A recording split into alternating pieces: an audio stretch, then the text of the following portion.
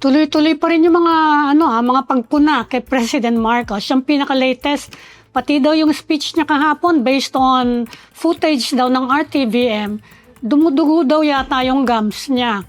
Narinig niyo na ba yun? Nataan may reaction ba ang Malacanang doon?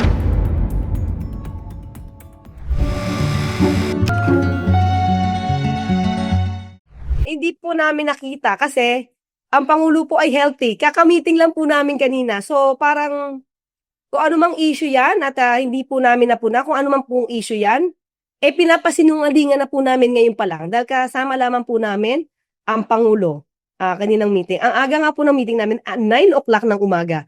So, kung hindi healthy ang Pangulo, hindi niya po kakayanin gumising ng ganong kaaga at makipag-usap po sa mga ibang opisyal po ng gobyerno para po sa isang magandang proyekto.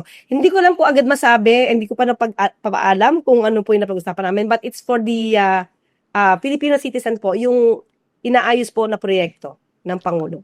How healthy is the President, Yusek Claire?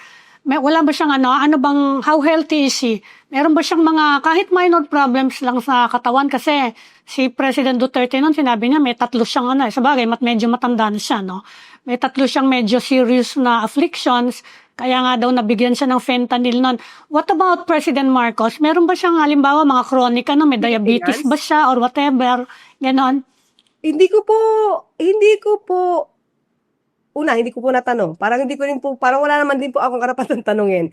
Pero sa akin po, nakikita ko siya, physically, harap-harapan, maganda naman po yung kalusugan niya.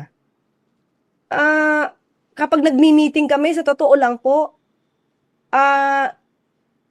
energetic siya. Kasi tutok po siya sa bawat sinasabi nung isang cabinet member, especially kung ito ay kaya ba to? Paano to? Paano pondo dito? Kakayanin ba?